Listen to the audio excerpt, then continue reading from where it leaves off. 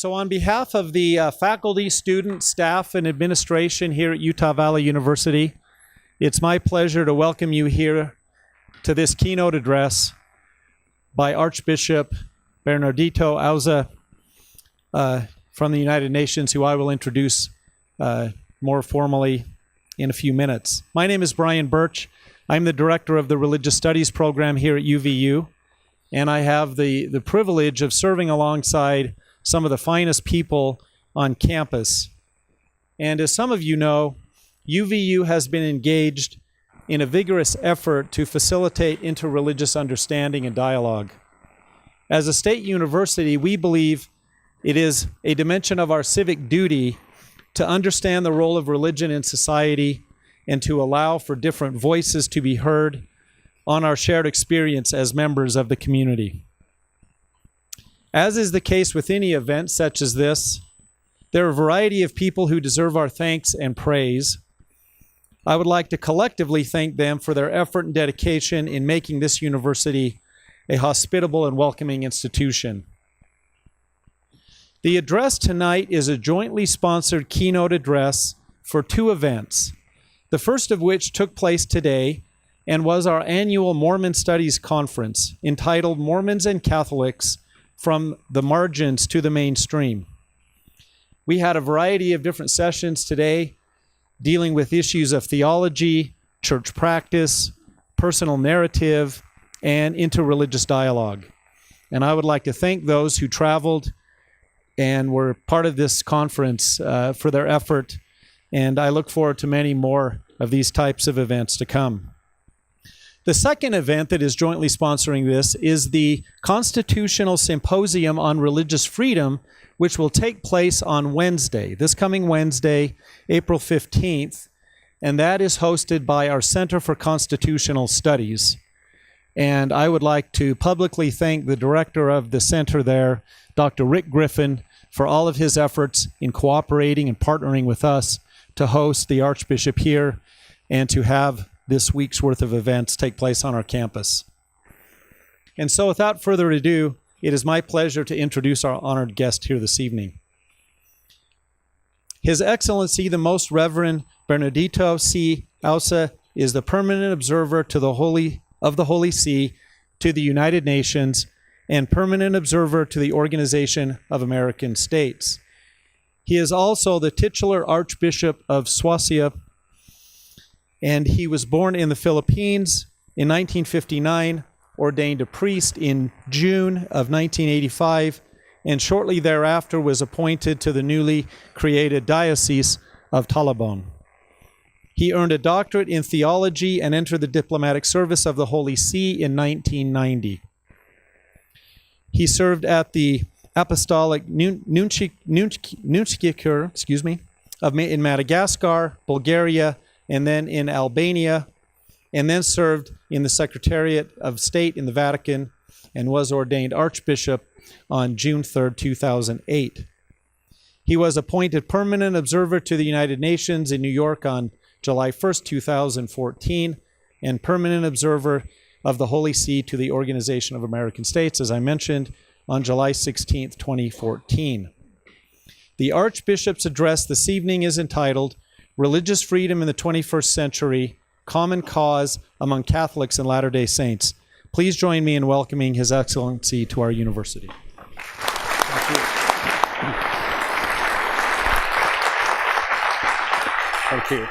Ladies and gentlemen, my dear friends, at the very outset, I wish to thank the authorities of the UVU, the Utah Valley University, in particular those of the Center for Religious Studies and the Center for Constitutional Studies, for the invitation to speak on two related themes this evening, namely Mormons and Catholics: From the Margins to the Mainstream, and religious freedom in the world today, in the 21st century.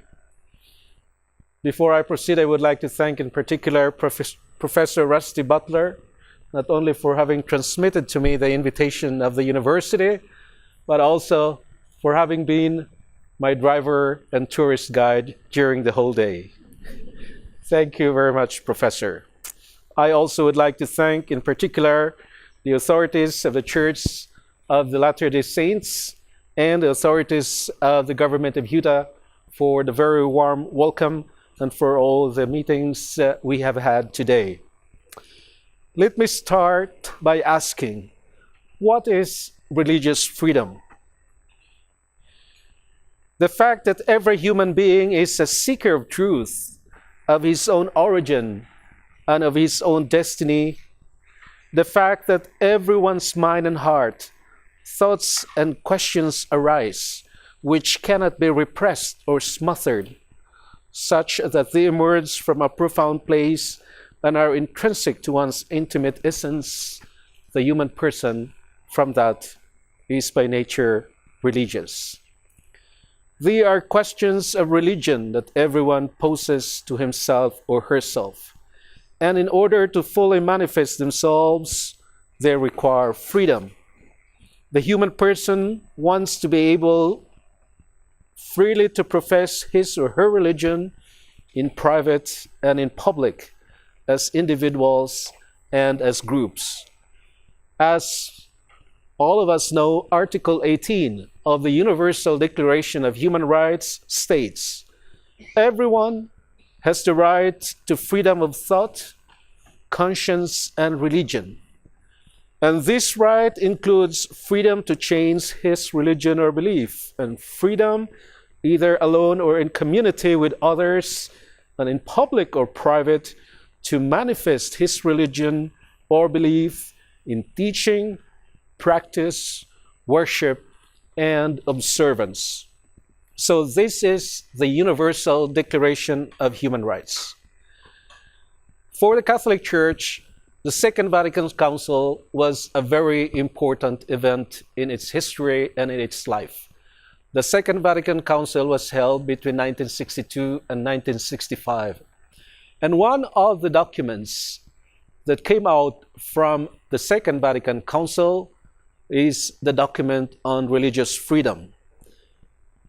The Second Vatican Council, the Catholic Church greeted with joy that religious freedom, at least at the time, 1964, when this document was written, that religious freedom has been already at the time accepted and enshrined in international instruments as a civil right.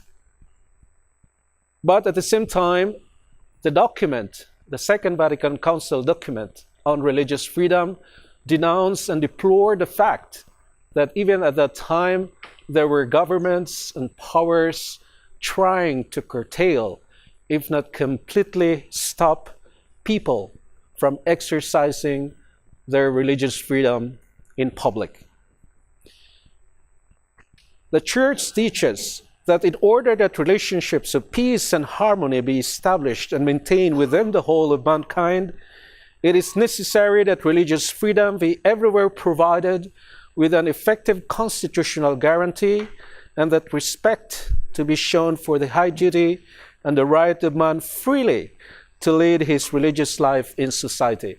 That is the position of the Catholic Church in the Second Vatican Council. Then, of course, all the popes reiterated this fundamental principle in different ways, explaining this fundamental principle, especially in the context of the time they lived. For instance, Pope Benedict XVI, who was Pope from 2005 to 2013, said that religious freedom is the pinnacle of all freedoms. It is sacred and it is inalienable, and therefore a fundamental human right. It includes on the individual and collective levels the freedom to follow one's conscience in religious matters, and at the same time, freedom of worship. It includes the freedom to choose the religion which one judges to be true and to manifest one's beliefs in public. It includes the right to change religion, and it must be possible to profess and freely manifest one's religion and its symbols without endangering one's life and personal freedom in doing so. Religious freedom, therefore, is rooted in the dignity of the human person, and thus it flows from the dignity of the human person himself. And by respecting religious freedom, we respect human dignity. Pope Francis, especially in the context of what is happening in the world today, and especially in the Middle East, affirmed a number of times in his very short papacy, he has been Pope only for 2 years. Pope Francis affirmed that reason, our human reason, recognizes in religious freedom a fundamental human right, which reflects the highest human dignity and the ability to seek the truth and conform to it, and recognizes in it a condition which is indispensable to our ability to deploy our potentiality and develop ourselves.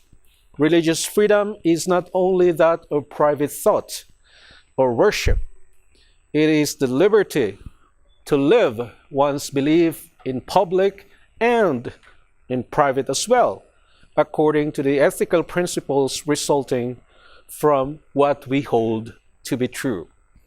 Therefore, legal systems, whether state or international, are called upon to recognize, guarantee, and protect religious freedom, because it is an intrinsic right inherent to every man, and as we know, who are at the same time citizens of countries. Every government bears the profound responsibility to guarantee in its constitution religious freedom for its people, and must uphold religious liberty both in principle and in fact. So, really, in terms of religious freedom as a fundamental human right, as a fundamental civil right, practically there is no more question on that. It is practically universally accepted as a fundamental human freedom. There are problems, for instance, when it comes to the question of the right to change one's religion. There are still countries in the world where to change one's religion is punishable by death. So what is the state of religious freedom today? My answer, unfortunately, is that it is very worrisome. Today, religious persecution, be it open or discreet, overt or private, it is the emerging trend today that religious freedom is more and more curtailed, and even forms of persecutions have never seen such a barbarity as it has been in the world recently. Religious persecution, paradoxically committed in the name of religion, continue to dominate the international news media. I'm sure you are aware of that. And even in some of the Western democracies, the long-standing paragons of human rights and freedoms, we find instances of increasingly less subtle signs of persecution, including the legal prohibition of the display of Christian symbols and imagery, and the legal imposition to choose between one's religious conviction and law, between conscience and law. I am sure that this will be one of the topics of your debates on Wednesday, and I believe it is a very important topic, especially in the United States. But the greatest persecutions in the world today are, as you can see on television, are of course concentrated in North Africa and the Middle East, and in some of countries ruled by dictatorial regimes.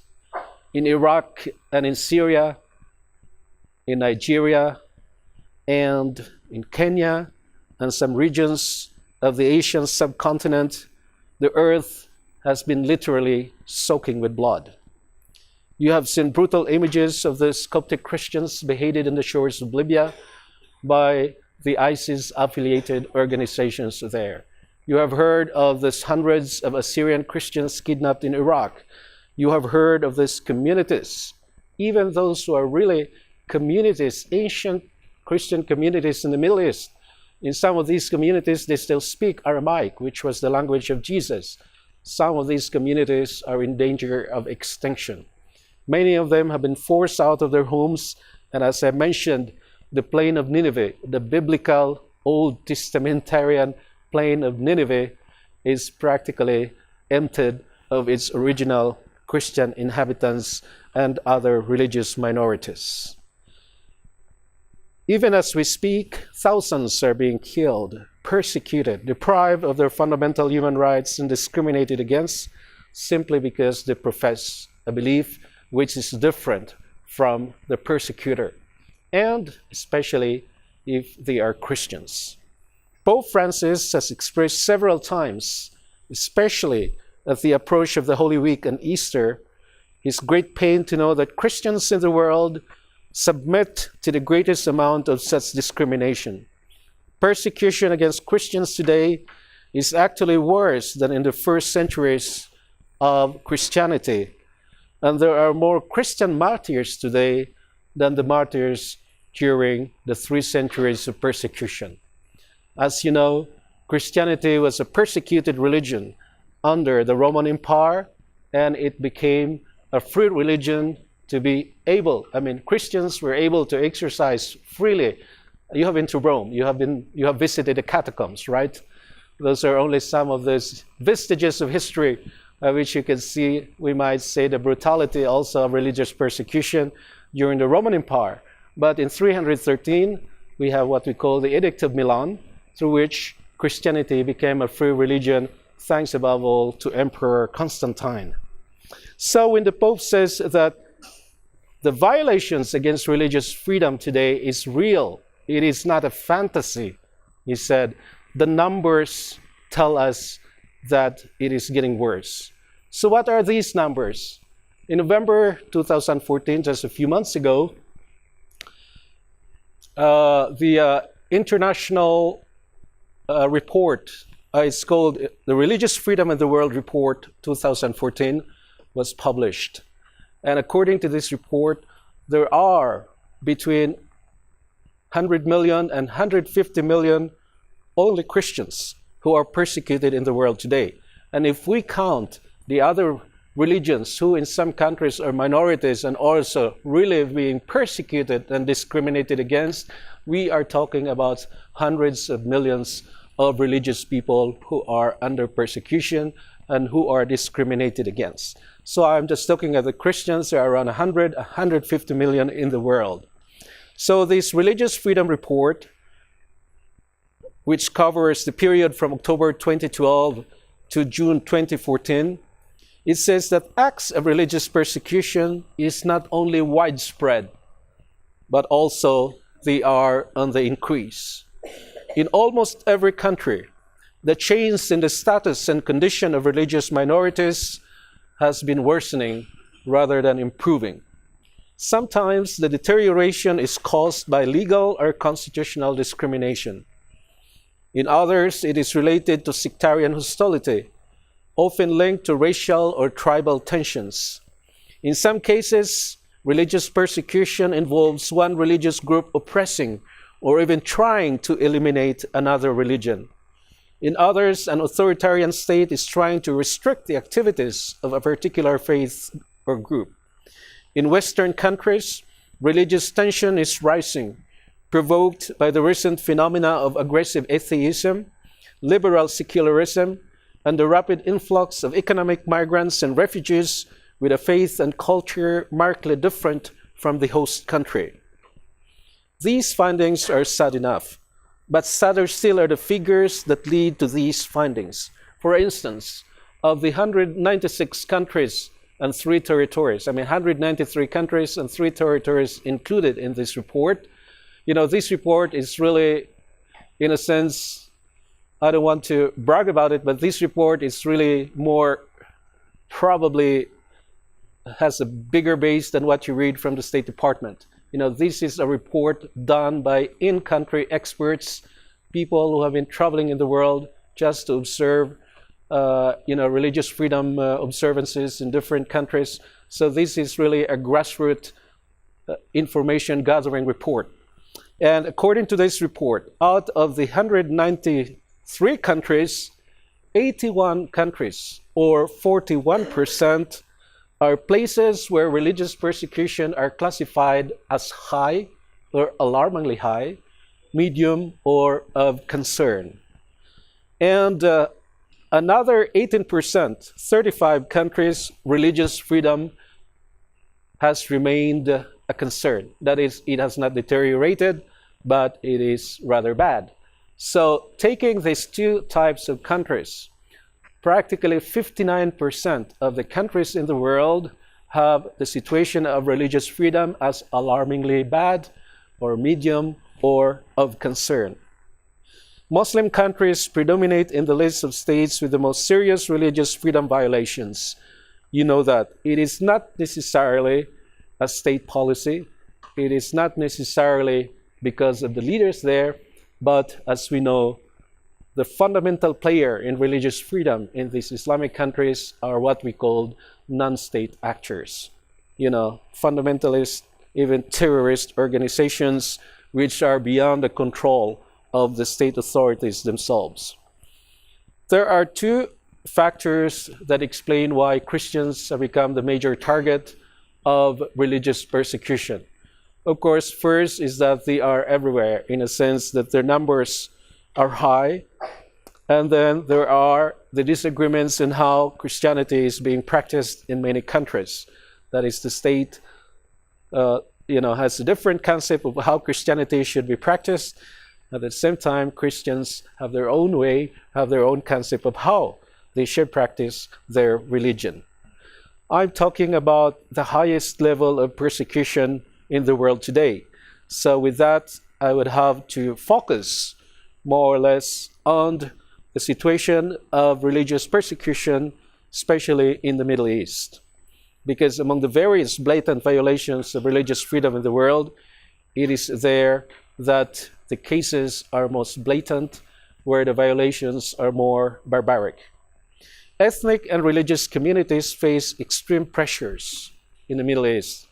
There are abuses of human rights, torture, killing, and all forms of persecution purely for the faith that these people hold or for the ethnic group to which they belong.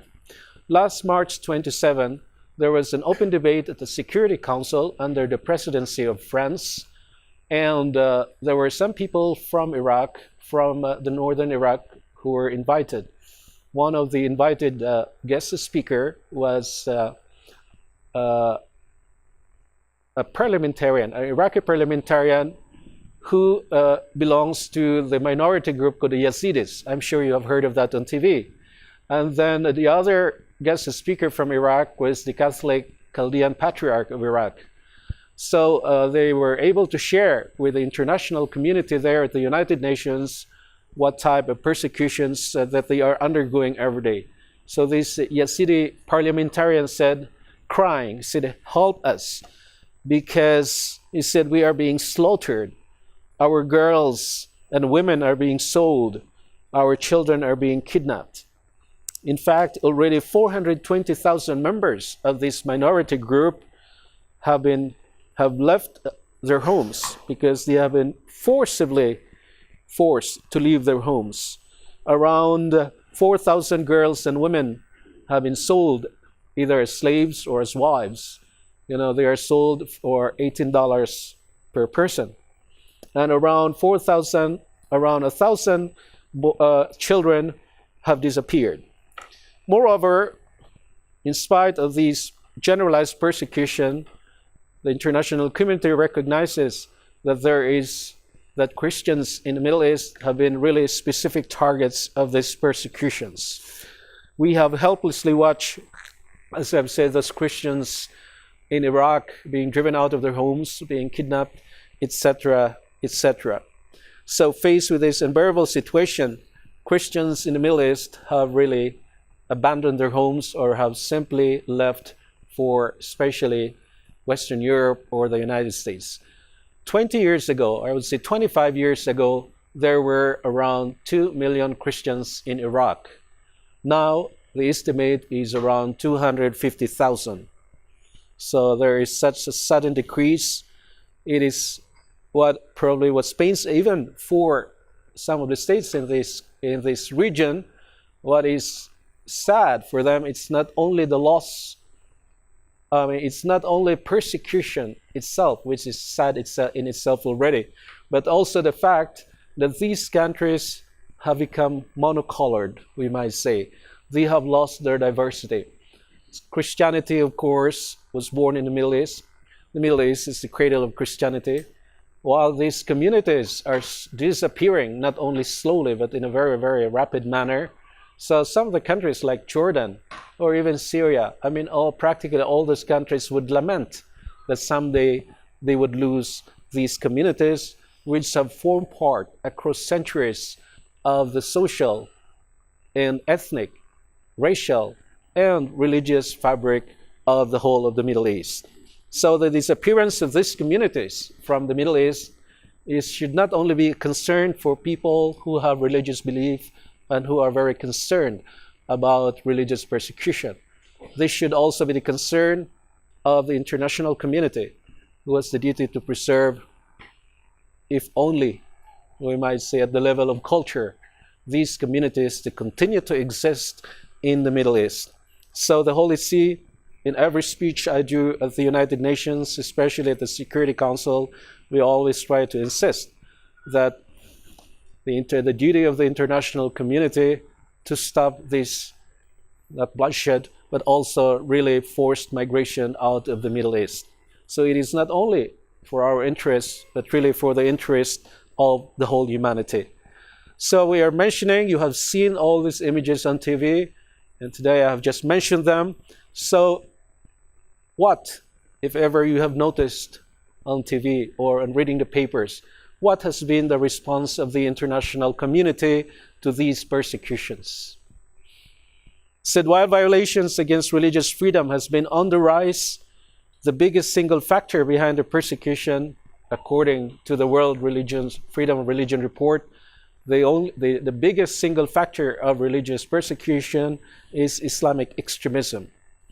In fact, among the 20 countries designated as high in the religious persecution index, 14 of these countries are, have the majority, we call Islamic countries, 14. And 6 of them are what we call dictatorial regimes. I think you know what those countries are, of course. Many of them, like Afghanistan, like this in Iraq or in Syria or in Libya. Those are the countries, Saudi Arabia, Somalia. These are the countries where the religious persecution is really something very violent. And in the authoritarian regimes, of course, you have these countries in your mind. I will not mention them. So within the context and considering the gravity of the violations of religious freedom, the response of the international community to stop these violations would be mainly focused in these 20 countries, and therefore mainly in the Middle East and Northern Africa. The political challenges and problems that have been pestering the Middle East have not helped the ethnic and religious minorities in the region. I would mention in passing, and mainly 3 of these, we might say, important factors that we consider to be happening in the Middle East. There is the pestering question of Palestine. It's a question since immediately after the Second World War, since 1948, when there was this resolution adopted at the UN. So this question has been pestering for decades already, for more than 60 years. And then there's the question of the Arab Spring, and the third, the Syrian conflict. As you know, for the Arabs and for the Muslims in general in the world, the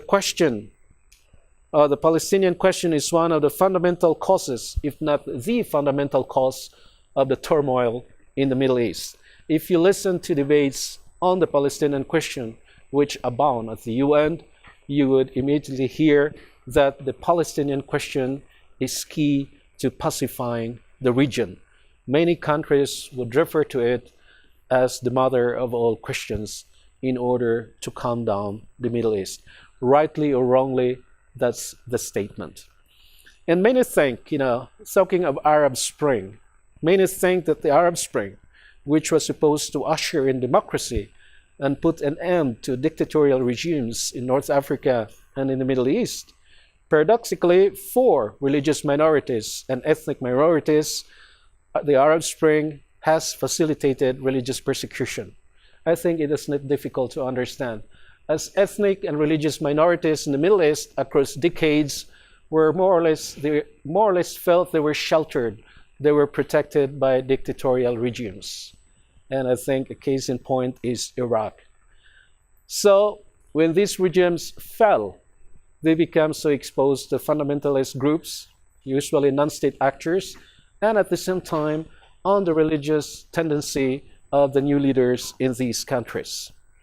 We have seen this reflected in the situation in Iraq. As I've said, 25 years ago, Saddam Hussein was still there. The Christians, rightly or wrongly, they felt they were protected under Saddam Hussein. The religious and ethnic minorities in general, they felt they were protected by that regime. I'm not saying rightly, but that was the reality. Now it is fell now, especially now with the ISIS and all fundamentalist and other fundamentalist groups in northern Iraq, where most of the Christians are. We have seen this enormous decline of the presence of Christians in northern Iraq in their traditional homes for centuries. And then there is the Arab conflict, the Syrian conflict, In her latest briefing to the UN Security Council in Iraq, Baroness Valerie Amos, who is the Under-Secretary General of the United Nations on Humanitarian Affairs and Emergency Relief Efforts, affirmed that the civil strife in Syria, now in its 5th year, has reached breathtaking levels of savagery. That was her term. That's this enormous impact of the conflict on civilian population. Syria has around 23 million people, probably 23, 24 million people. More than half of that need humanitarian assistance. And around 7 million of those are displaced from their homes. And around 4 million are living outside the country. So just imagine the United States having to feed 150 million refugees. It's half of your population. So that is what is happening in Syria. And the horrors that these groups, non-state actors, as we call them, like the ISIL or the ISIS, are beyond belief, he said. They attack everything. They attack hospitals, they attack schools because they want to stop children from studying, especially the girls. They attack all infrastructure for a decent, we might say, public service. So what is the situation of Syria now? It's practically around 70 to 80% of the population are living either in extreme poverty or really in extreme want if the humanitarian help doesn't get through. That is another debate, because it seems that the humanitarian help, the humanitarian aid, seems to have more difficulty of passing through, we might say, checkpoints than arms. The ambassador of the permanent representative of Syria to the United Nations the other day said, "This is the greatest hypocrisy here." He said, we are talking here, you're accusing also the Syrian government of preventing humanitarian aid from entering and feeding its own people. He said, and you are not renouncing the fact that tons of guns pass so easily across borders. That is also true. I'm mentioning these 3 elements in order to demonstrate that unfortunately the violations of religious freedom, discrimination or anything, the violations against religious freedom have also fallen victim to these political considerations, to the situations which have gangrened, which have not found a solution. The question of Syria, we think that it would be easy to find a solution. No. So there are so many interests there. There are so many geopolitical interests which are conflicting one against the other or one against another.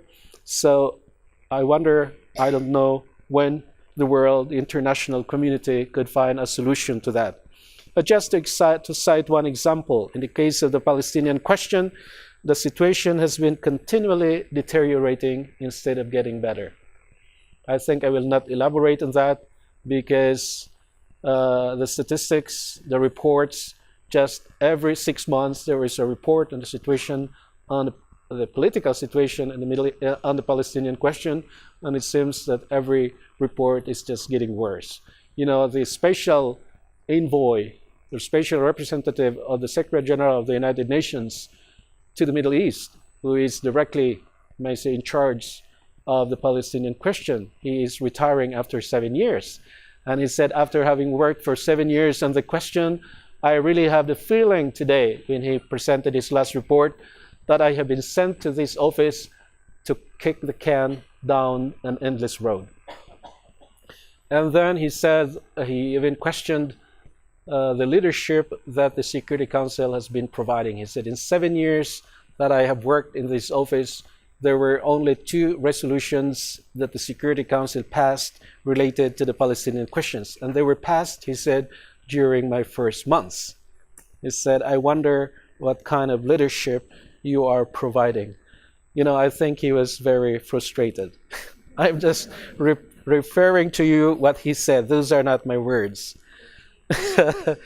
So that's really more or less the situation. So, and yet considering that so many cases across decades since the founding of the United Nations, one wonders, therefore, if this primordial principle in the international community, that is the whole international community, entrusts to the United Nations the question of peace and security in the world. We could read that at the United Nations Charter, and it is the primary objective of the United Nations to spare us from the scourge of war, as you know very well. So, thus, this primary responsibility of the UN has it also fallen victim to geopolitical interests of nations who are primarily responsible in making decisions on the peace and security issue. I will not, you answer that question. But I have said, as children are abducted and kidnapped and they become suicide bombers, they are drugged so that they would become suicide bombers. You know, these are the new questions now. We used to talk lots of time about children in armed conflict.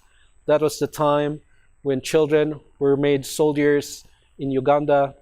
You remember, you know, Uganda, Liberia, and the war in the Congo, etc. Now, when we talk about children in armed conflict, we are talking about children who are kidnapped, who are killed, who are drugged, etc., who are made suicide bombers by what we call non-state actors, so by organizations. So that's one, again, how could international community face this question? These are, in a sense, new challenges in the peace and international security situation. And yet it seems that the international community, specifically the Security Council, has not yet found a way to confront them. So this is the first. What does the Holy See think that the international community, what is our position as Holy See? What does Pope Francis say about this? That is the first principle why we say that we entrust the world as a whole, entrust the security to the security of nations, the security of peoples to the United Nations. So we would like to ask why it is not happening. The second principle why we ask the international community to protect these persecuted people, persecuted Christians and other religious groups, is that in the UN there is the accepted principle of what we call responsibility to protect.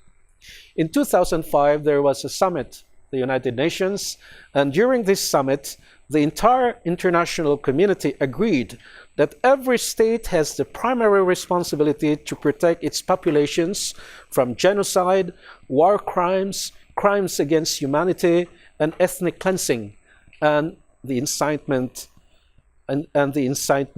to commit these crimes. Moreover, the international community in the same document says that the international community, and that's the United Nations, has the duty to assist individual states in order to be able to fulfill this primary responsibility of each state to protect its own populations from atrocities, crimes against humanity, and ethnic cleansing. So here we are. We have this principle. It seems to be very clear. For the Catholic Church, of course, this is not a new principle. You might, just a footnote of history of the international law, what we call the law of nations, eius gentium, as we call that in Latin. This theory was developed in the school of Salamanca, and the theory of the responsibility of the responsibility of those who govern to protect the governed is fundamental in what we call the social contract between the governed and those governing. So for the Catholic Church, this responsibility to protect is really not something new. You could also find that in its various reiterations in international humanitarian law. If you read the international humanitarian law, you will find that this responsibility to protect is already there.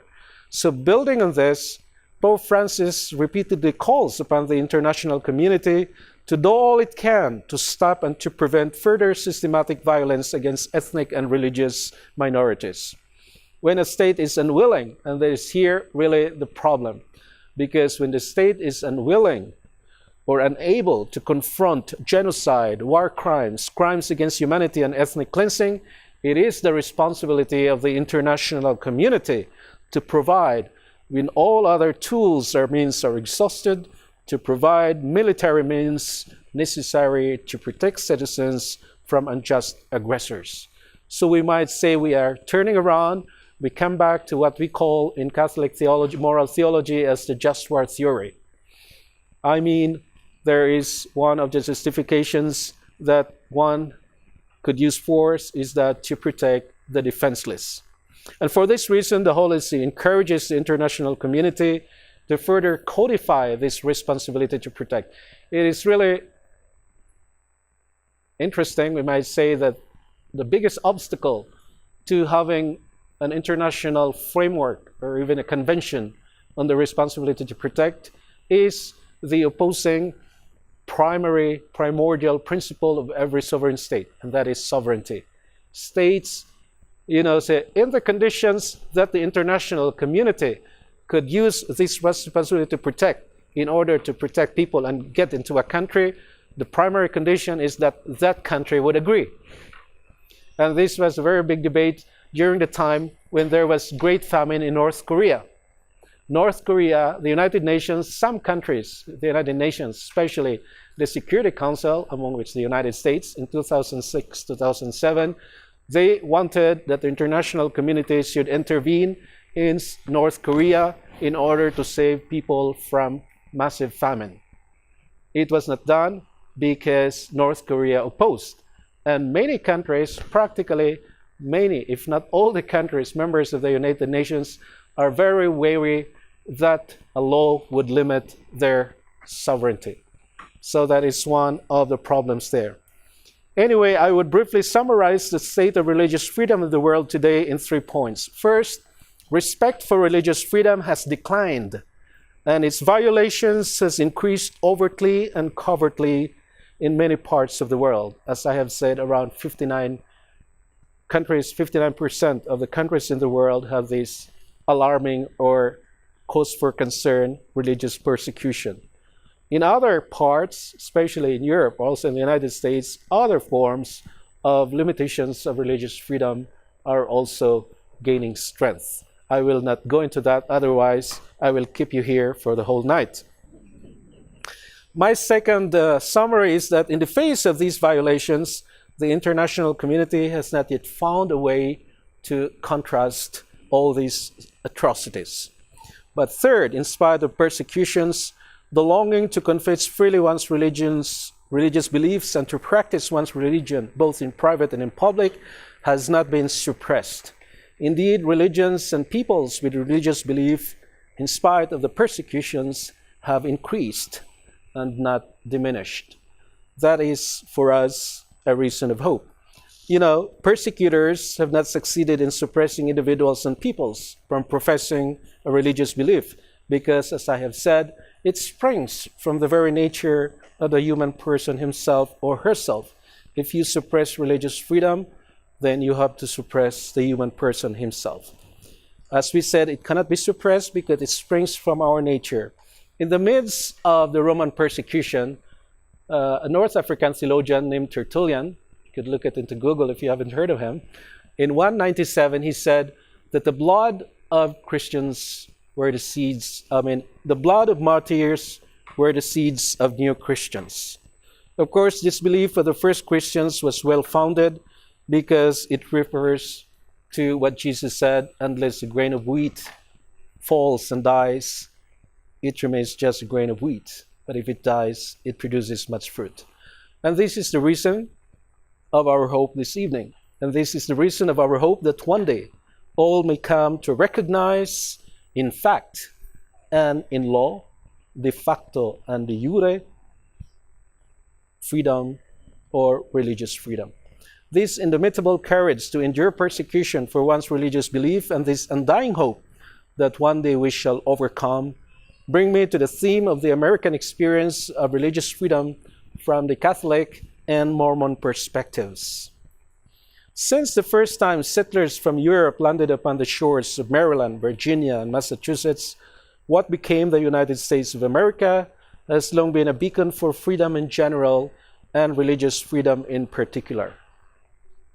When Pope Benedict XVI visited the White House in 2008, he spoke about how America became this beacon of freedom, or for freedom. The Pope said, "From the dawn of the Republic, America's quest for freedom has been guided by the conviction that the principles governing political and social life are intimately linked to a moral order based on the dominion of God, the Creator. The framers of this nation's founding documents drew upon this conviction when they proclaimed the self-evident truth that all men are created equal and endowed with inalienable rights grounded in the laws of nature and of nature's God. The course of American history demonstrates the difficulties, the struggles, and the great intellectual and moral resolve that were demanded to shape a society that faithfully embodied these noble principles. In that process, which forged the soul of this nation, religious beliefs were a constant inspiration and driving force, as for example in the struggle against slavery and in the civil rights movement. Throughout the centuries, Americans cultivated the moral virtues that kept this country free, and how their example provides a challenge to us today. The preservation of freedom calls for the cultivation of virtue, self-discipline, sacrifice for the common good, and a sense of responsibility towards the less fortunate. I'm almost like defining the Mormon Church here. It also demands the courage to engage in civic life and to bring one's deepest beliefs and values to recent public debate. That is, we must bring our own religious belief reasonably into public debate and responsibly. In the word, freedom is ever new. It is a challenge held out to each generation, and it must constantly be won over for the cause of good. We know that the Pope, Benedict XVI, when he visited the White House, did not cite Catholic Church documents or Catholic figures, but he cited George Washington, the first president of this country. George Washington said in his farewell address, he affirmed that religion and morality are indispensable supports for political and national prosperity. I wonder if you can still verify that from your politics. George Washington's successor, John Adams, you've seen this long movie, had a similar advice. He said, "We have no government armed with a power capable of contending with human passions and bridled by morality and true religion. Our Constitution is made only for a moral and religious people. It is wholly inadequate to the government of any other." That is, the people do not govern themselves with moral principles and religious beliefs. So in other words, unless men and women are formed to follow properly trained consciences, to seek its guidance and follow its voices as they perceive it, America as an experiment in ordered liberty wouldn't work. That is just a logical conclusion. Unless they know what's right and wrong, and do what's right and refrain from what's wrong, then Americans will rip the nation apart under the abuse of freedom understood as the capacity to do what one wants to do, rather than the liberty to do what he or she should do. There's a Polish proverb which says that the number of policemen you need is inversely proportional to the number of internal policemen you have. By his internal policemen, that is your conscience. So if your conscience is not well formed, then you need a big number of policemen to police your streets, etc.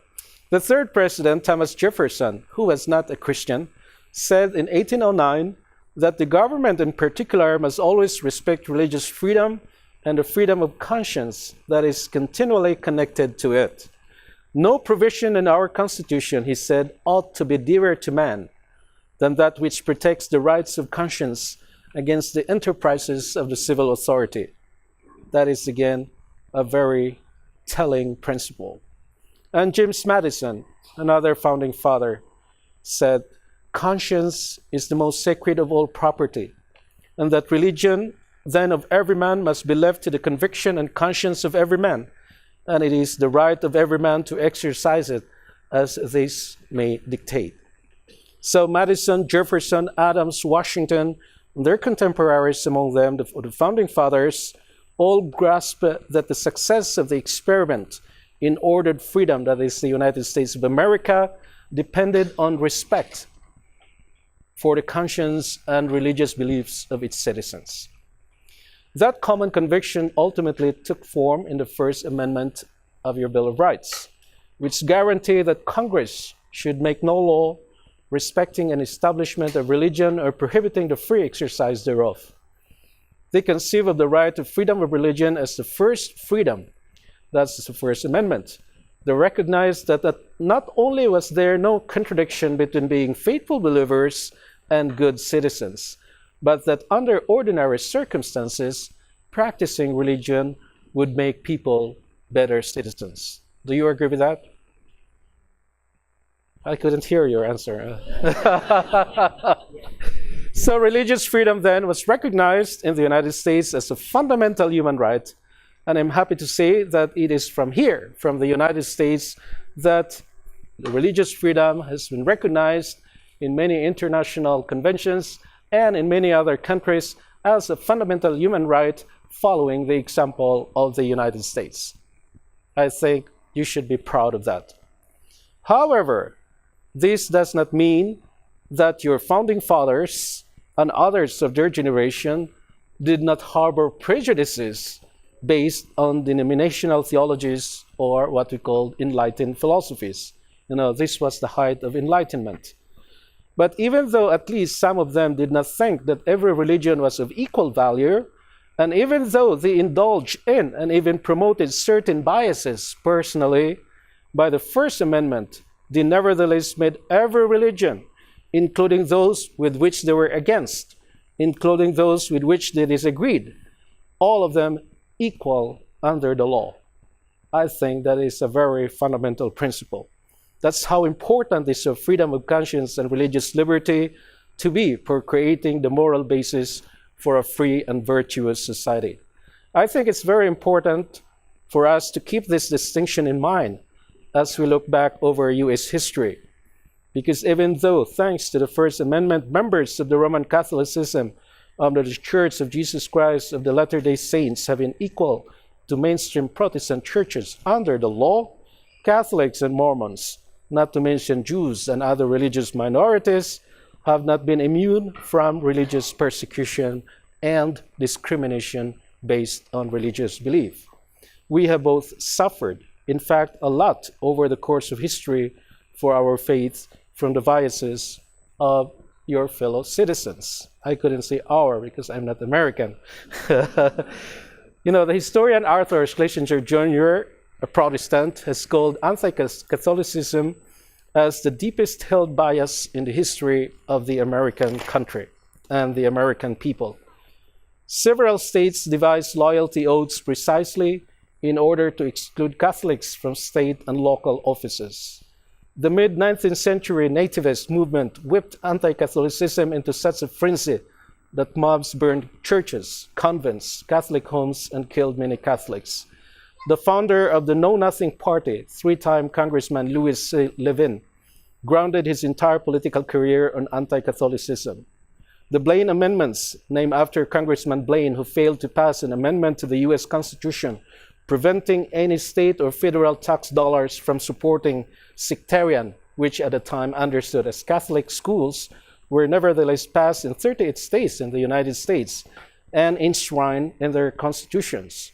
Prohibitions, total prohibitions against any tax money spent on Catholic institutions, like schools or social, what we call charities.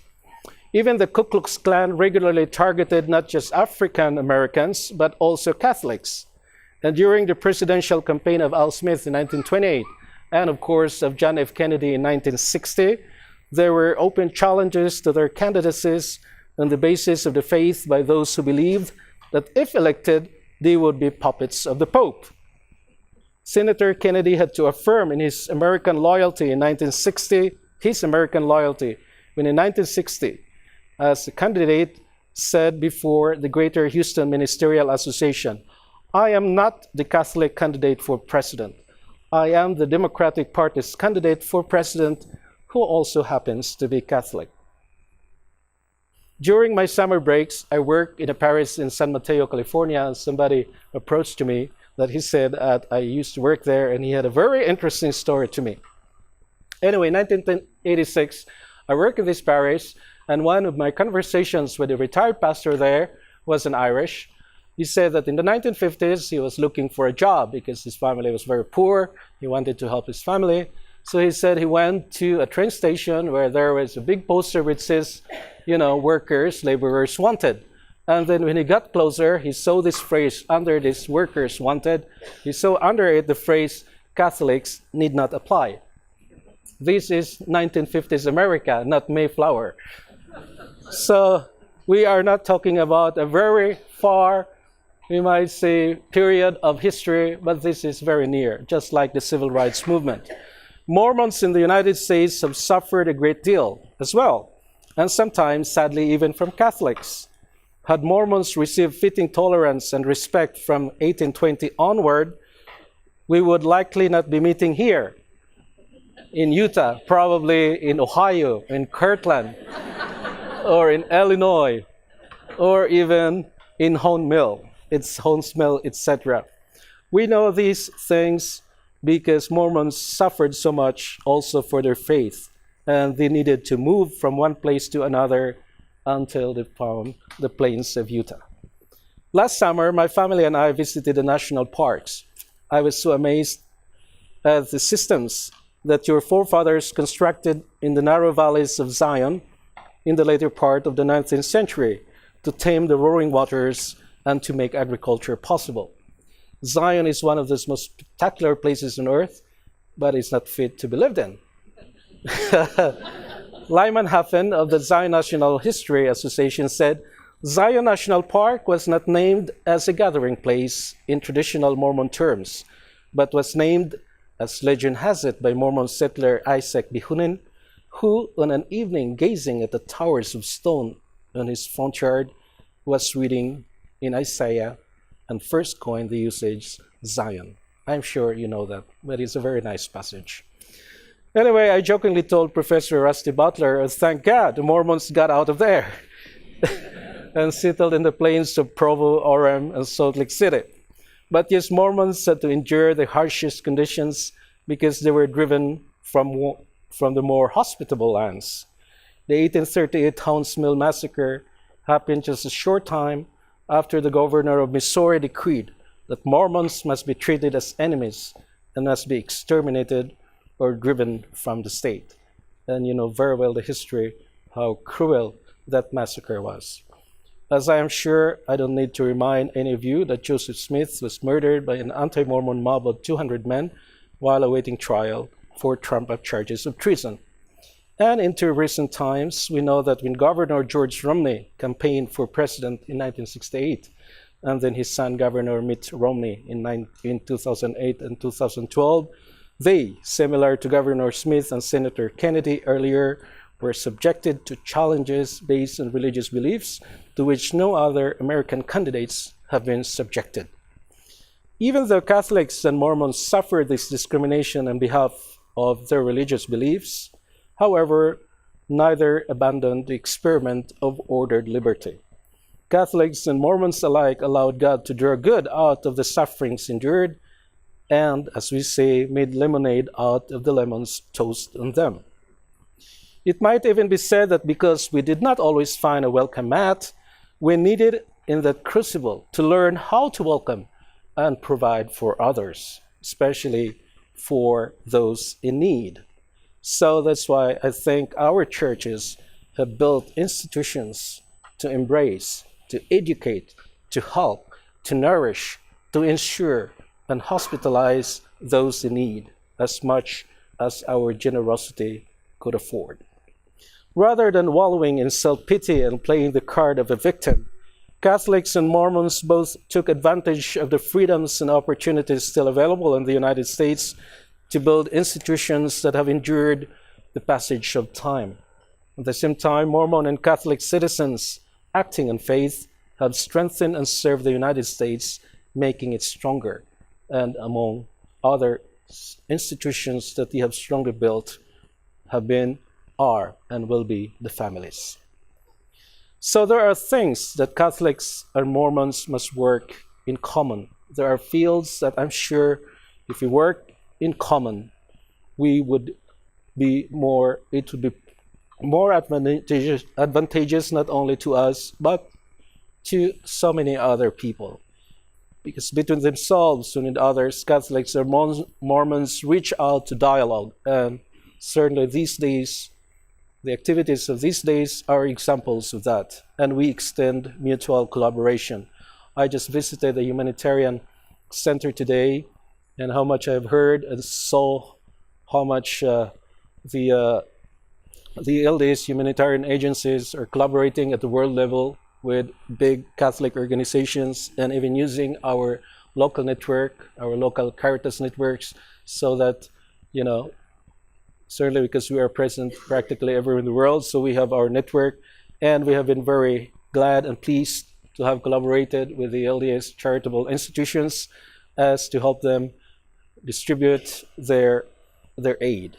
So I believe that that kind of collaboration really strengthens our dialogue, not only dialogue in terms of theological or moral dialogue, but it's really a dialogue of life.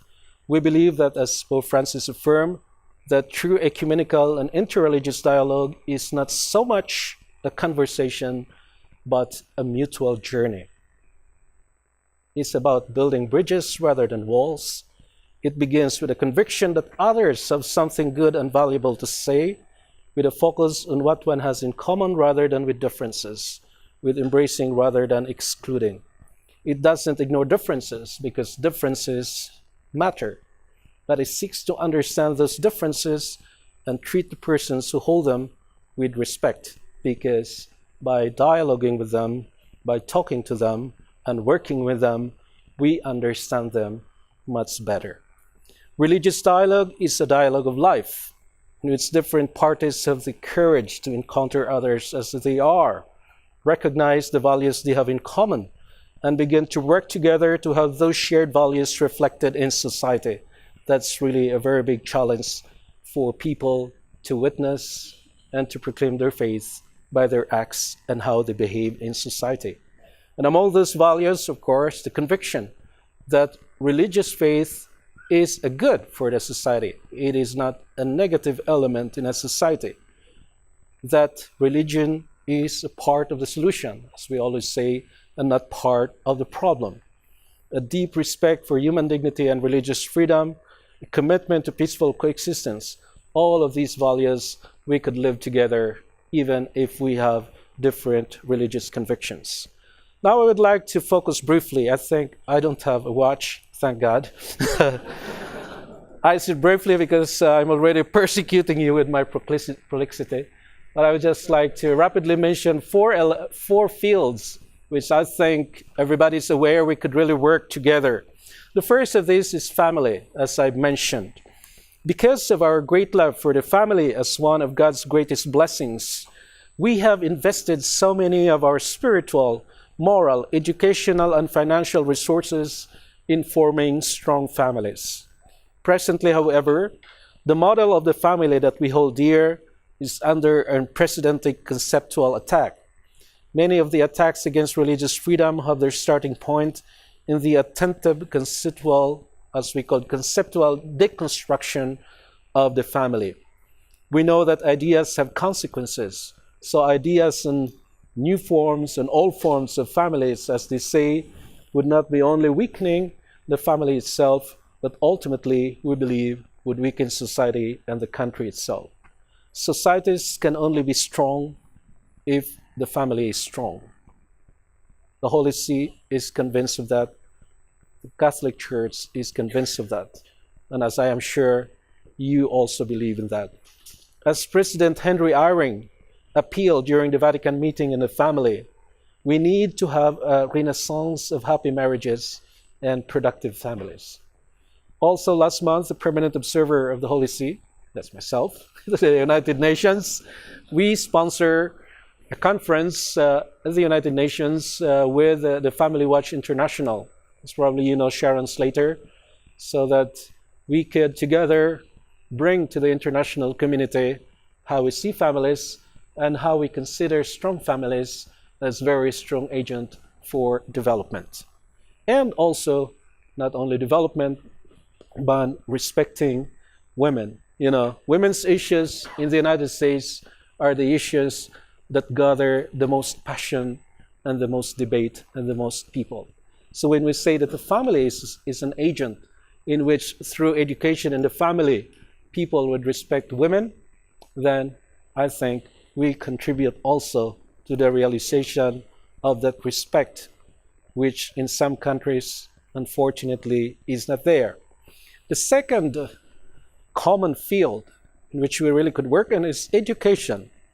Catholics and Mormons both have always prized education, and they have invested tons of money and energy into putting good institutions.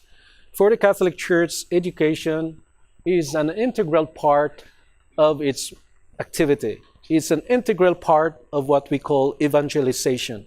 So for this reason, Catholics have built the largest private network of daycare centers, elementary schools, high schools, colleges, and universities in the history of the United States.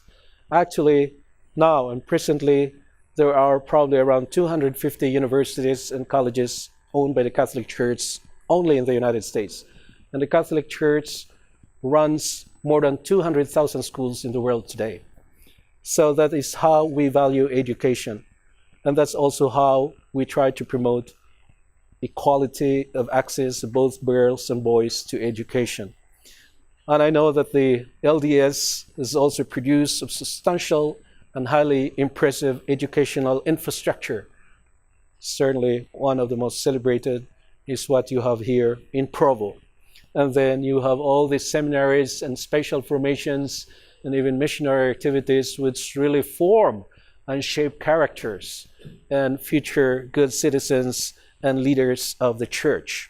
So we would like to think that these educational programs would be prized, if not outright supported and encouraged, minimally left untouched to continue the work of forming responsible, virtuous, hardworking citizens and leaders of the country.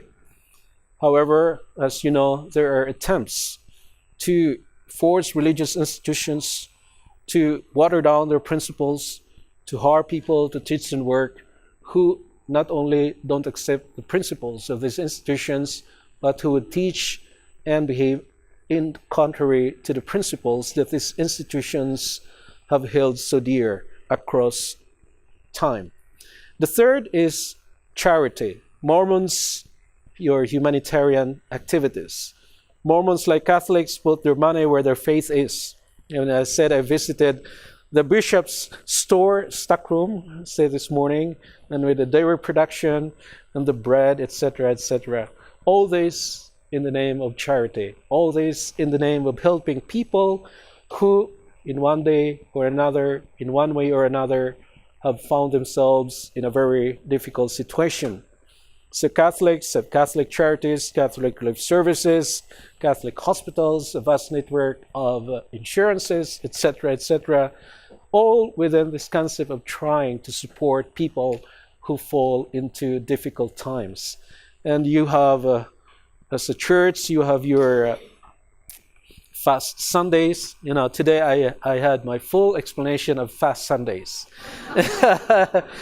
And, you know, Professor Butler said it's not only the equivalent cost in money of your 2 days of fasting, your 2 meals of fasting. You must give much more than that. And I said, okay, I'll tell them that this evening. And we also visited the bishop's storehouses, the humanitarian aid fund, and so many charitable outreaches, the relief services of the ladies, etc. These much-needed charitable outreaches are under threat by certain secularists and government agencies that would rather see these services curtailed than to have them be fully Catholic or fully Mormon. I'm thinking, it's one example, you know, the Catholic charities, CRS, all these things, huge agencies which are helping, you know, people being trafficked across the border or people who are illegally crossing the border, etc. These are huge responsibilities, and we have had conventions with the federal government that some of these projects will be financed by tax money. And then we will do the work. They will just what we call match our funds. If we have 50 million, they would give us 50 million, and we will provide personnel. But now it's in danger of dying because they would force us to refer abortions. So we will not accept that. That has happened also in England, and that we have stopped all our adoption agencies in England because they would force us to refer children to what we call same-sex marriage couples. You know, these are, you know, holding to our principles, and at the same time, of course, we respect everybody, but there are certain principles that we would like to respect, we would like to be faithful to, and sometimes it would entail lots of sacrifices, even curtailing some of your programs. So it is family, education, charity. The fourth focus is living and sharing our faith publicly.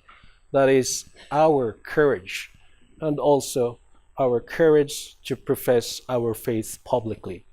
Both Mormons and Catholics experience a deep inner calling to share with the others the joy of the faith that we live. Our faith isn't something that we express once or twice a week within the confines of our worship sites, in churches, or in wards, but something that impacts the way we live in society. But there are attempts, of course, to ostracize these values from civic discourse, as if the First Amendment protection against the imposition of a national religion requires a de facto and de jure atheistic political, judicial, executive, and educational framework. I don't know if the founding fathers of your country would still recognize it as of now. So I would just like to end my very long conference by, before coming, and while I'm here, I've been asking people, you know, I had lunch today with the inter-religious dialogue people, with the Interfaith Council. I have had talks with Bishop Wester, I have talks with priests, etc., and some of your colleagues here. And I would say that from all these people that have told me, I would say that Mormons and Catholics are doing well in Utah. I am told of the good things happening here, that there is a good cooperation between the two churches in outreach to the needy and in social issues such as marriage, family, rearing of children, religious liberty, respect for tradition, volunteerism, which is a huge virtue here, and patriotism. And that the leadership of both churches enjoy a solid and congenial relationship, that both churches have worked hard in the past decades to foster collaboration and mutual respect. I am aware that the cooperation between the LDS and the Catholic Church here in Utah has been bearing fruit, especially in the 4 key values I just mentioned.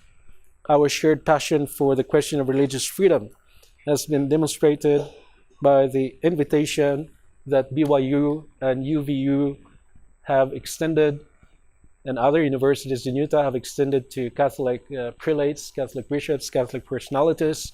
I know that Cardinal George had a speech at a conference at BYU, and that only last January, Archbishop Charles Saput, who will host the Pope this September in Philadelphia, also took on the topic of religious liberty at BYU.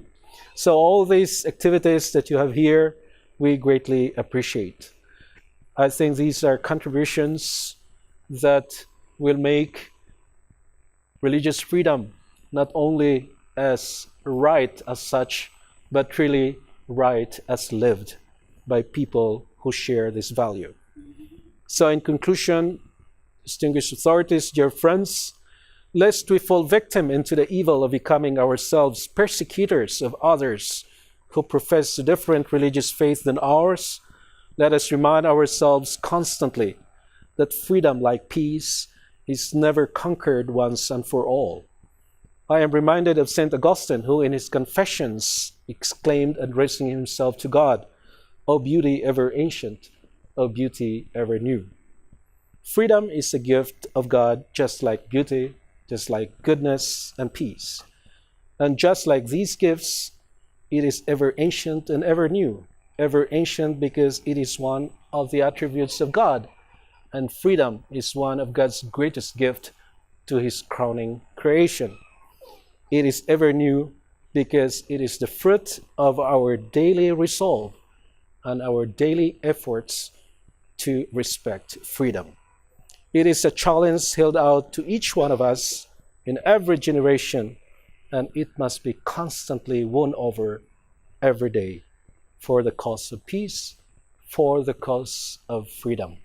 Thank you very much for your attention.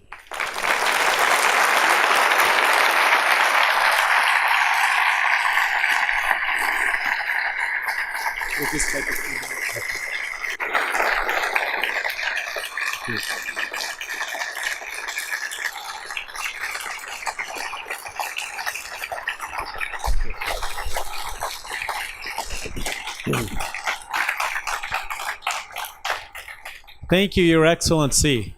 We have time for 3 questions. There are ground rules to these kinds of question and answer sessions, so I will enunciate 3. The first one is, please wait for the microphone to arrive before you ask your question, because we're on film.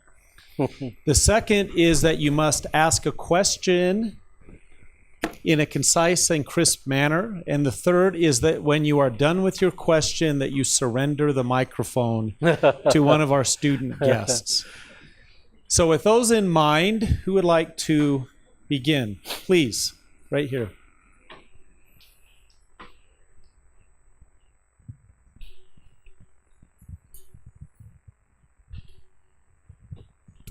Thank you, Your Excellency. Going back to the earlier part of your presentation, you were talking about these non-governmental actors that are causing so many problems in the Middle East and throughout the world, and mentioned how the United Nations, because of these sovereign countries, weren't able to really address the issue. How should our country and other sovereign countries, or in your opinion, what should we do to address and try to curtail these actions by these non-governmental entities that are out there causing these problems? Thank you. The Council resolutions and trying to control and curtail the activities of these what we call non-state actors, because they are really what we call they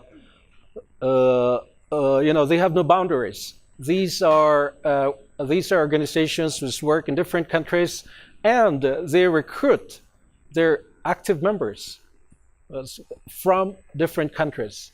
The last report about these non-state actors, that around 25,000 fighters have entered the Middle East from different countries in the world, from the United States, from Europe, from Western Europe.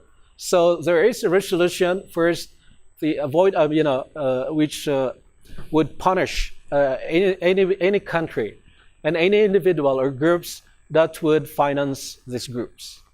There is another resolution which was passed last September at a high-level debate at the Security Council presided by President Obama himself, because that was the presidency of the United States September last year, that all countries are required to try to prevent as much as possible the crossing of these terrorist elements from one frontier to another. Everybody accepts that. Everybody clap their hands. This is a good resolution. This will kind of, limit the number of people, combatants, as we say in the Middle East. But unfortunately, this resolution is there, but really much has not been done. Why would the number of members of these groups have been increasing during these last months? And above all, the prohibition of the flow of arms to these countries. There has not been, you might say, a stop on that. So from the point of view, as I've said, the international community, not only in this question of terrorist groups or extremist organizations, but also on the question of other atrocities, religious freedom, ethnic cleansing, etc. Sometimes we think, and I believe that the international community has sufficient tools to face these atrocities. But the question is, does it have the political power, or does it have the political will, or even the moral courage to really apply these tools? That is, I think, the question.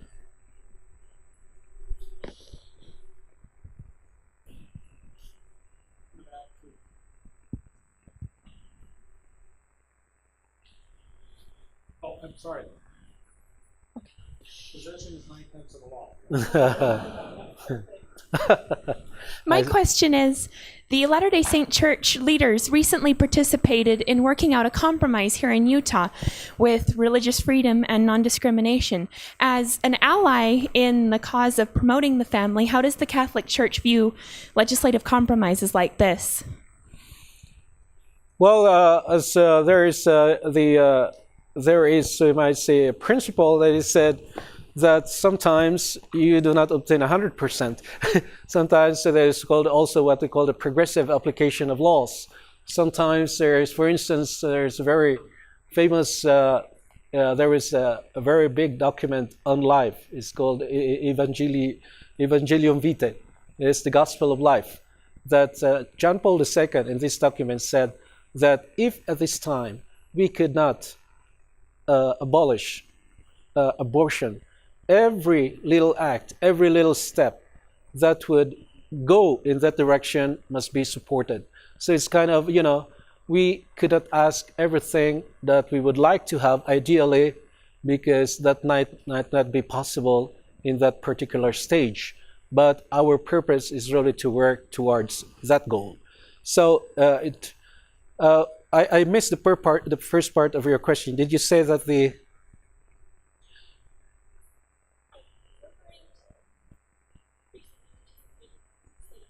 Mm.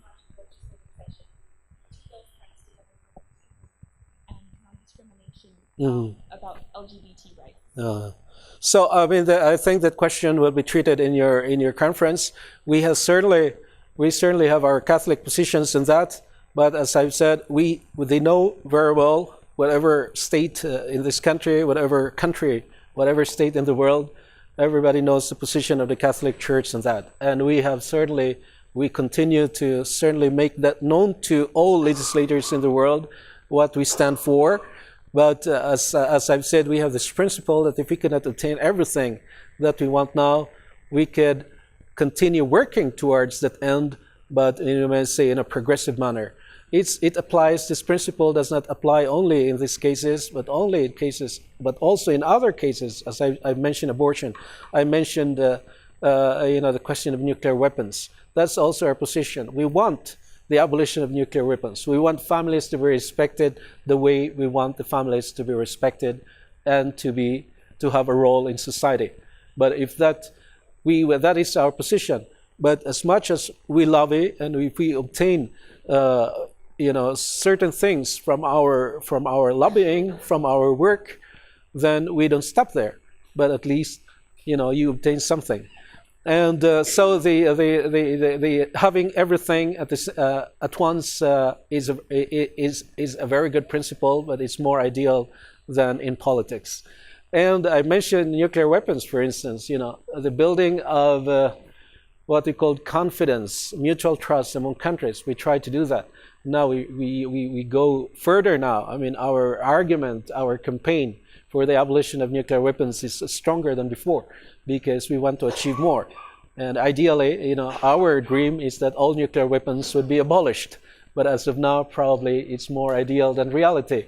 But in spite of that, we thus continue to influence more decision makers, more countries, so that they would accept the moral, we might say, principle that nuclear weapons are not only destructive, are not only completely unjustifiable from the international humanitarian law point of view, but that also, from all points of view, also eating resources which otherwise could be used for development, for instance. So all these arguments we put forward, we try to work that every year, every time we say something, every time we do something, we hope to achieve a step forward. And hopefully, in the future, we would get what we really want in the final end as a final objective. Henley. Your Excellency, I volunteer with Family Watch International. There were 25 of us that united with thousands and thousands of Catholics working with issues on the family. I've noticed as lay people that oftentimes I'm confronted with people in my own religion that say, I'm so busy working on raising my family and doing all of these things that I believe that I have no time to go to the UN or, support. My question would be, is how can we as lay people still love and teach and rear our families and support people like you on issues of religious freedom and supporting the family and supporting these issues? What can we do that would be most important? Good question. Of course, the first is that we live what we believe. So your first contribution to the fight, to have, give a family the place that it has in society is to live, to have, to train, to form, to love our family as we want families to be loved, to be trained, to live. So that is already the first contribution. And the second, of course, there are so many forms of advocacy that you could do, whether in your local community or across the internet, as we call the world. You could certainly do that. If you don't have time to go to the UN to support our causes there, and then it's not that bad. You would still be doing other things to help the cause. So that's very one of the interesting things there. But it's because it's not only the question of supporting the family, and this is much that you can do. The question of, for instance, the role of women in the family, the role of mothers in raising children. One ambassador to the UN said that when she decided to leave her very, very wonderful job, she was a star journalist in her country, but she had a child, she decided to resign because she wanted to raise her child, until she would be 7 years old. And said when she resigned, everybody was against her, especially the women. You see, the women said, "Is that the way? That's not the way we should behave like women. We should be fighting for careers. We should be fighting for equal pay, etc., etc. And now you are resigning from that good job just to raise a child. That's the word, just to raise a child. So again, this lady, in spite of all the others, she believes, she's convinced of how important her role is as a mother in raising her child. So when her child was 7 years old, she went back to work. Not all women would have that privilege, would have that, we might say, that luxury of being able to leave work in order to raise a child. But if a mother chooses to do that, then why should she be criticized? Why should she be considered as very backward because she decides to leave her to leave work in order to raise a child. These are some of the arguments that we face at the United Nations, of course.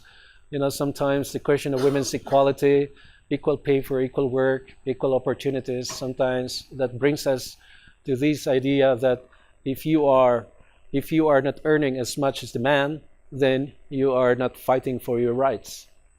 I think that sometimes we go overboard on our fight for equality, and sometimes we go backward instead of going forward. So I think that's a very important point that you raised. If you have the luxury of going to the UN, but if you have small children and you don't have the time, then you are doing a wonderful contribution to the family. And we would certainly not call you, where are you? You come over here at the UN, I know that you are raising your children. Thank you. Just one final question from one of our presenters today. Your Excellency, are there sometimes necessary limitations that need to be placed upon religious freedom for the greater good of society, or is religious freedom an absolute right? I don't think there is no such thing as absolute right, because freedoms are related to one another. I mean, you could not exercise the freedom and violate another just to exercise it. That would be against the very concept of fundamental human rights, or even human rights in general. So what we see as limitations would actually be an exercise of another right. Just give you a very specific example on the question of what happened in Paris at Charlie Hebdo. You know very well the story. These very rather obscure and rather not very famous weekly magazine in France suddenly became so famous because some of these journalists were killed by these fundamentalist people. So certainly completely we are against curtailing the freedom of expression. That is, try to curtail the freedom of expression by killing them, by murder. That even multiplies, you might say, the violation of the freedom of expression itself. On the other hand, do we believe that the exercise of freedom of expression, even as a fundamental human right, is absolute and there is no limitation to that? We would not agree. That's what the Pope, during his press conference inside a plane, his usual direct press conference when he's flying, so he was flying from Sri Lanka, Colombo to Manila, he said, he was asked about the case of Charlie Hebdo. He said that, is there a clash between freedom of expression and religious freedom, a respect for religious freedom? He said, no. These are, the exercise of both freedom must be responsible. He said, suppose, I absolutely respect freedom of expression, but does that freedom of expression include the freedom to insult others, especially when it comes to religious conviction? It is a very, very sensitive freedom. He said, no. He said, he was Dr. Gasbari, the organizer of the papal trips, was standing beside him, and he said, suppose my friend over here insults my mother. I would immediately box him. so he said, and then suddenly the president, oh no, he's justifying violence. But the Pope was making a point. He said that, an exercise of another freedom must also entail the respect of another freedom. I do believe at the United Nations there are so many quarrels. One of the things there is there is a resolution against blaspheming religions. It's really respect for other religions. So the Holy See is really caught between, we might say, mostly Western countries, the European Union countries, the European countries, the US, Canada, and on the other side, the Islamic countries, the Arab countries who would ask us, support this because, we want religions to be protected from blasphemy, from disrespect. On the other hand, these we might say Western countries who think that to have this resolution so that religions would not be blasphemed is a limitation to the freedom of expression. So these are, we might say, two conflicting positions that I believe, personally, as I think the Holy See believes, the Catholic Church believes, that these are rather false opposition, because we are trying to absolutize one fundamental freedom against another fundamental freedom. Instead of just, you have, of course, the right to criticize my religion, you have the right to express any idea you have in mind, and I would not kill you, but I would say, but please respect my own, also my conviction, my religion. You have no freedom to ridicule my religious conviction. I mean, I'm exercising my fundamental freedom to my religious belief. I'm respecting your freedom of expression, but is your freedom of expression includes the freedom to ridicule me because of my religious belief? What do you think? You answer it yourselves. You are old enough. Thank you. I think we are. Thank you. Thank you. Stand with us for a minute. Before you go, I want to turn the time over to Dr. Rusty Butler for a presentation to the Archbishop. So, Rusty. I'm going to hand these to our Senior Academic Vice President, Dr. Jeffrey Olson, who will make the presentations. Your Excellency, we are honored to present to you this certificate and this memento of our recognition of you as an honorary professor of Utah Valley University. Oh, thank you. I'm a professor now. Thank you. Thank you, Professor. Thank you.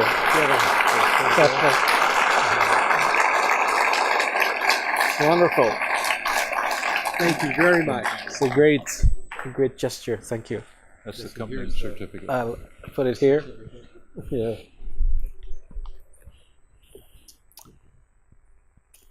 With my signature, which you can't read. But I'll Google that. Thank you. Thank you. very much. Thank you.